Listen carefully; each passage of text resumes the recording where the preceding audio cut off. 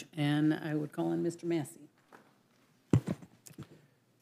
Can we be honest with the American people about what's going on here? This is political theater.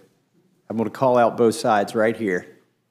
It's all posturing. It's fake fighting. We all know where it ends up. This is Groundhog Day. I don't care if the Democrat is the speaker or Republican is the speaker. We always get a CR in September, and then we get an omnibus. Sometimes there's a twist on that. We might get the omnibus before Christmas, but if we're not good, it comes after Christmas. But that's what's going to happen. And in the meantime, it's political theater. You know, we've got some, it's good theater. We've got great writers. I wish they'd just come up with a new plot. It's the same plot every fiscal year. What should we be doing? It's already been discussed. We should have done 12 separate bills. We should have done 12 separate bills. But again, whether Democrats are in control or Republicans are in control, we never do the 12 separate bills. Why do we always spend at least as much as we did last year, and why do we never cut spending? It's because Democrats want to grow the welfare state, and Republicans want to grow the military-industrial complex. And we're eventually going to get together, and they're both going to go up. I guarantee it. And both parties are just fine letting the bureaucrats do their thing, which should be our thing, according to Article 1. Section 8 in the Constitution. We are empowered with these things. Most important of the things we do is the funding, and that's the big lever we have. You know, I've sat through now almost 2 years of hearings in this Congress where we've exposed lies at the CDC, shortcuts at the FDA, unconstitutional gun bans at the ATF, over prosecution of January 6ers at the DOJ, targeting common citizens at the FBI, spying by the NSA, illegal mandates for livestock by the USDA, targeting plant vaccine or transgenic plant vaccine at the NSF, and censorship, the censorship industrial complex of which the NSF is part of, automobile kill switch at the DOT. Now, these are all things I think most Democrats are just fine with, this kind of totalitarian state that the bureaucrats are pushing on us. But Republicans at least pretend to be against these things. But what are we going to do this September? We're going to fund every freaking one of those things that we have exposed. That is the tool that we have, is the funding. Why are we funding things we don't like? We don't have to. Well, it's because we're addicted to spending. And this doesn't do anything about the addiction at all. So let me touch on one point, too, here that I think is important. Is, you know, a couple years ago, or a summer and a half ago, I suppose now, we did something where we allowed the debt limit to be increased. But as a condition of that, we said if you do a CR that lasts past April 30th, everything's going to get cut 1%. And that, to me, seemed like at least a little tinge of fiscal responsibility was creeping in.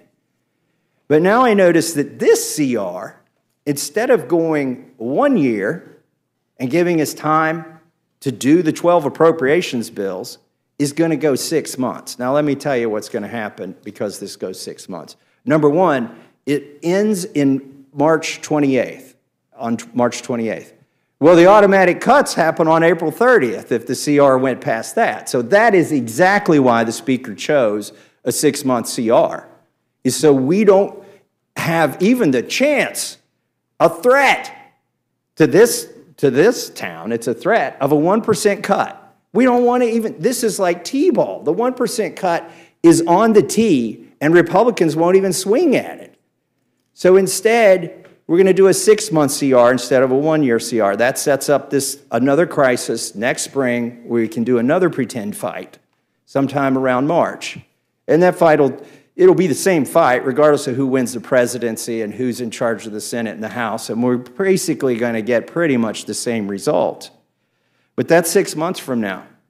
In the meantime, we can kick the can down the road. All of these things that we've exposed and all of these hearings are going to continue to get funded.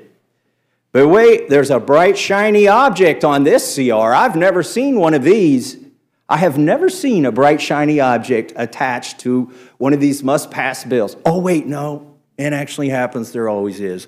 A bright, shiny object. A bauble, if you will. a little something to get excited about. This SAVE Act, it's going to save us all, right? And by the way, this is good political theater. I do like this part of it, that we're going to see almost every Democrat cast a vote so that illegals can vote in our elections. I mean, that's pretty clever on the part of our speaker to set that up, make you all take that vote. But here's what he's going to do after you take that vote. He's going to take it off. The bright, shiny object goes away. It's Lucy and the football again. And the American public is all revved up. Yeah, we're going to get to save it. We're going to save these elections. We're going to stop the illegals from voting. Really? How are you going to do that in like 6 weeks? I think they're already registered if they're going to vote. Some of them probably already voted. This SAVE Act ain't going to save anything. And particularly because it ain't ever going to become law. It's a false promise to get all the Republicans half pregnant. And then you're going to get fully pregnant by the end of September when you vote for this CR.